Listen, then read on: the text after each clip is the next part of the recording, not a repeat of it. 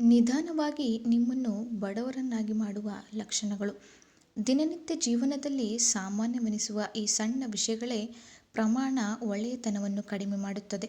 ಅದು ಯಾವ ರೀತಿ ಎಂದರೆ, ನಾವು ದುಡಿದ ಹಣ ನಮ್ಮ ಕೈಯಲ್ಲಿ ನಿಲ್ಲುವುದಿಲ್ಲ. ಎಷ್ಟೇ ದುಡಿದರೂ ಖರ್ಚಾಗಿ ಹೋಗುತ್ತದೆ. ತುಂಬ ಜನರಿಗೆ ಜೀವನವನ್ನು ನಡೆಸುವುದು ಕೂಡ ಕಷ್ಟ ಅನಿಸುತ್ತದೆ. ಹಾಗಿದ್ದರೆ ನಾವು ದುಡಿದ ಹಣವನ್ನು ಎಲ್ಲಿ ಖರ್ಚು ಮಾಡುತ್ತೇವೆ ಎಂಬ ಅರಿವು ನಮಗೆ ಇರುವುದಿಲ್ಲ. ಒಂದು ಬಾರಿ ಖುದ್ದು ಸುಮ್ಮನೆ ಹಾಗೆ ಯೋಚನೆ ಮಾಡಿ. ನಮ್ಮಲ್ಲಿರುವ ಒಂದಷ್ಟು ಕೆಟ್ಟ ಅಭ್ಯಾಸಗಳಿಗೆ ನಾವು ದಾಸರಾಗಿರುತ್ತೇವೆ. ಈ ಚಟಗಳು ಮನೆಯ ಪಾವಿತ್ರ್ಯತೆಯನ್ನು ಕೆಡಿಸುವುದರ ಜೊತೆಗೆ ಮನಸ್ಸಿನ ಸಮತೋಲನವನ್ನು ಹಾಳು ಮಾಡುತ್ತದೆ. ಹಾಗಿದ್ರೆ ಈ ವಿಡಿಯೋ ನೋಡುವವರು ಮನಸ್ಸಿನಲ್ಲಿ ಜೈ ಬಜರಂಗಬಲಿಯನ್ನು ನೆನೆದು ಎಲ್ಲರಿಗೂ ಒಳ್ಳೆಯದನ್ನು ಮಾಡು ಎಂದು ಪ್ರಾರ್ಥಿಸಿ. ಆ ಕೆಟ್ಟ ಅಭ್ಯಾಸಗಳು ಹಾಗೂ ಚಟಗಳು ಯಾವುವು ಎಂದು ತಿಳಿಯೋಣ. ಮೊದಲನೆಯದಾಗಿ ಹರಿದ ಬಟ್ಟೆಗಳು. ಹರಿದ ಬಟ್ಟೆಗಳನ್ನು ಧರಿಸುವುದು ಬಡತನದ ಗುರುತು. ಇದು ಮನೆಯ ಶಾಂತಿಯನ್ನು ಕೆಡಿಸುತ್ತದೆ. ಹರಿದ ಬಟ್ಟೆ ಧರಿಸಿದಾಗ ಕೆಟ್ಟ ಶಕ್ತಿಯು ಸಕ್ರಿಯವಾಗಿರುತ್ತದೆ. ಇದು ಆತ್ಮಗೌರವವನ್ನು ಕಡಿಮೆ ಮಾಡುತ್ತದೆ. ಲಕ್ಷ್ಮೀದೇವಿಯನ್ನು ದೂರವಾಗುತ್ತಾಳೆ. ಉದ್ದೇಶಪೂರ್ವಕವಾಗಿ ಹಳೆಯ ಹರಿದ ಬಟ್ಟೆ ಧರಿಸುವವರು ತಮ್ಮ ಭಾಗ್ಯವನ್ನು ಮುಚ್ಚಿಕೊಳ್ಳುತ್ತಾರೆ. ಇದು ಆಲಸ್ಯ, ಕೆಲಸದ ಬಗ್ಗೆ ದುರಾದೃಷ್ಟವನ್ನು ಕರೆಯುತ್ತದೆ. ಹಾಗಾಗಿ ಆದಷ್ಟು ಹೊಸ ಬಟ್ಟೆಗಳನ್ನು ಧರಿಸುವುದು ಒಳ್ಳೆಯದು.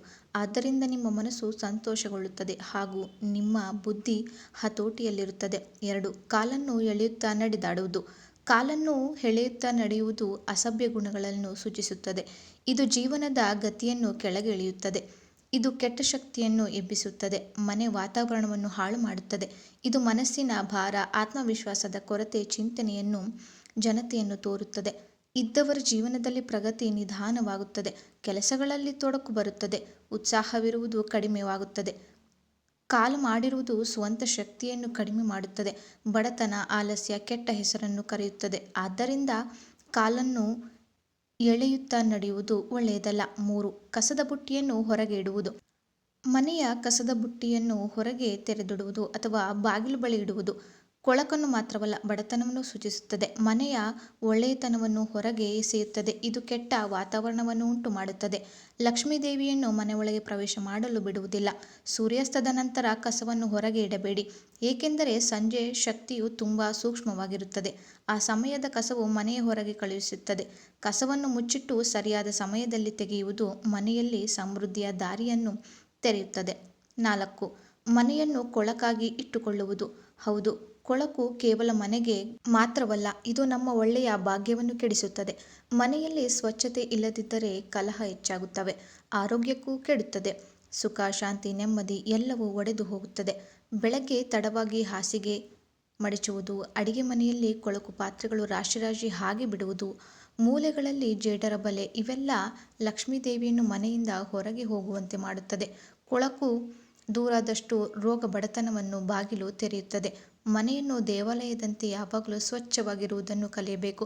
ಜೀವನದಲ್ಲಿ ಶಾಂತಿ, ನೆಮ್ಮದಿ, ಸಮೃದ್ಧಿ ಎಲ್ಲವೂ ತಾನಾಗಿಯೇ ಬರುತ್ತದೆ ಹಾಗೂ ದೇವರ ಆಶೀರ್ವಾದ ನಿಮ್ಮ ಮೇಲೆ ಇರುತ್ತದೆ.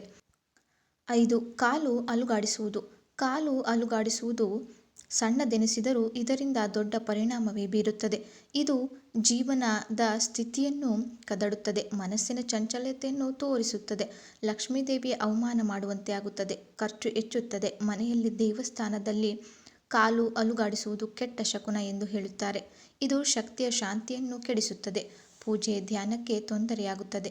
ದೇಹದ ಮೇಲೆ ನಿಯಂತ್ರಣ ಇಲ್ಲದವರಿಗೆ ಭಾಗ್ಯದ ಮೇಲೂ ನಿಯಂತ್ರಣ ಇರುವುದಿಲ್ಲ. ಆದ್ದರಿಂದ ಕಾಲು ಎಂದಿಗೂ ಅಲುಗಾಡಿಸಬಾರದು. 6. ಕಂಟಕದ ಸಸ್ಯಗಳನ್ನು ಮನೆಯಲ್ಲಿ ಬೆಳೆಸುವುದು. ಮನೆಯಲ್ಲಿ ಕಂಟಕದ ಸಸ್ಯಗಳನ್ನು ಬೆಳೆಸುವುದು ಇದು ಸುಖ, ಶಾಂತಿಯನ್ನು ಕತ್ತರಿಸುತ್ತದೆ. ಕಂಟಕಗಳಲ್ಲಿರುವ ಸಂಬಂಧಗಳಲ್ಲಿ ಚುಚ್ಚುವಿಕೆ, ಚಿಂತನೆಯನ್ನು, ಕಟುತನ, ಮನಸ್ಸಿನಲ್ಲಿ ಶಾಂತಿಯು ಬರುತ್ತದೆ. ಕಳ್ಳೆಗಿಡ, ಬಾಬುಲ್ ನಂತಹ ಸಸ್ಯಗಳನ್ನು ಒಳಗೆ ಅಥವಾ ಬಾಗಿಲು ಬಳಿ ಇಡುವುದು ಬಡತನದ ಕಲಹವನ್ನು ಕರೆಯುತ್ತದೆ. ಇದು ಸೌಂದರ್ಯ ಕೆಡಿಸುತ್ತದೆ, ಒಳ್ಳೆಯ ಶಕ್ತಿಯನ್ನು ತಡೆಯುತ್ತದೆ. ಒಳ್ಳೆಯ ಸಸ್ಯಗಳಾದ ತುಳಸಿ, ಮನಿ ಪ್ಲಾಂಟ್ ಸಿಗುತ್ತದೆ, ಸಮೃದ್ಧಿಯ ಸಂದೇಶವನ್ನು ಕೊಡುತ್ತದೆ. ಇನ್ನು 7ನೇಯದು ಉಗುರನ್ನು ಕಡಿಯುವುದು. ಉಗುರನ್ನು ಕಡಿಯುವುದು ಕೇವಲ ಶಕ್ತಿ ಮತ್ತು ವ್ಯಕ್ತಿತ್ವವನ್ನು ದುರ್ಬಲಗೊಳಿಸುತ್ತದೆ. ಇದನ್ನು ಮಾಡುವುದು ಒಳ್ಳೆಯದಲ್ಲ. ಉಗುರುಗಳು ಆತ್ಮಬಲ, ಸೌಭಾಗ್ಯವನ್ನು ಸಂಬಂಧಿಸಿದೆ. ಇವನ್ನು ಕಡಿಯುವುದರಿಂದ ಆತ್ಮವಿಶ್ವಾಸ, ಸೌಂದರ್ಯ ಕಡಿಮೆಯಾಗುತ್ತದೆ. ಇದು ಮನಸ್ಸಿನ ಅಶಾಂತಿ, ಅಭದ್ರತೆ ಸಂಕೇತ. ಪೂಜೆ ಅಥವಾ ಒಳ್ಳೆಯ ಕೆಲಸದ ವೇಳೆ ಉಗುರನ್ನು ಕಡಿಯುವುದು ಕೆಟ್ಟದ್ದು, ಏಕೆಂದರೆ ಇದು ಶುದ್ಧತೆಯನ್ನು ಕೆಡಿಸುತ್ತದೆ. ಸಂಯಮ, ಸ್ವಚ್ಛತೆ, ಮನಸ್ಸಿನ ಸ್ಥಿರತೆಗೆ ಸೌಭಾಗ್ಯದ ಉಗುರುಗಳನ್ನು ಕಡಿಯಬೇಡಿ.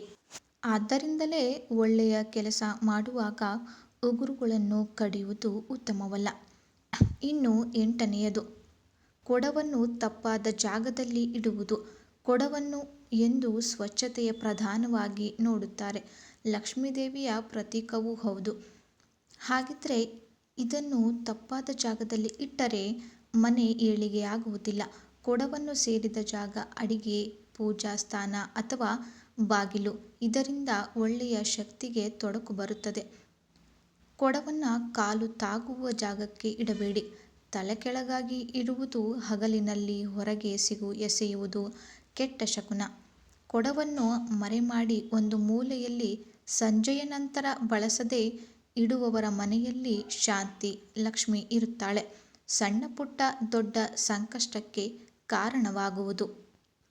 9ನೇಯದು, ಪ್ರಾಣಿ ಪಕ್ಷಿಗಳಿಗೆ ಆಹಾರ ಕೊಡದಿರುವುದು. ಹಸಿದ ಜೀವಿಗಳಿಗೆ ಆಹಾರ ಕೊಡುವುದು ಒಳ್ಳೆಯ ಕೆಲಸ. ಯಾರು ಪಕ್ಷಿ ಪ್ರಾಣಿಗಳಿಗೆ ಆಹಾರ, ನೀರು ಕೊಡುತ್ತಿರುವವರೋ ಅವರ ಮನೆಯ ಒಳ್ಳೆಯತನ ಕಡಿಮೆಯಾಗುತ್ತದೆ.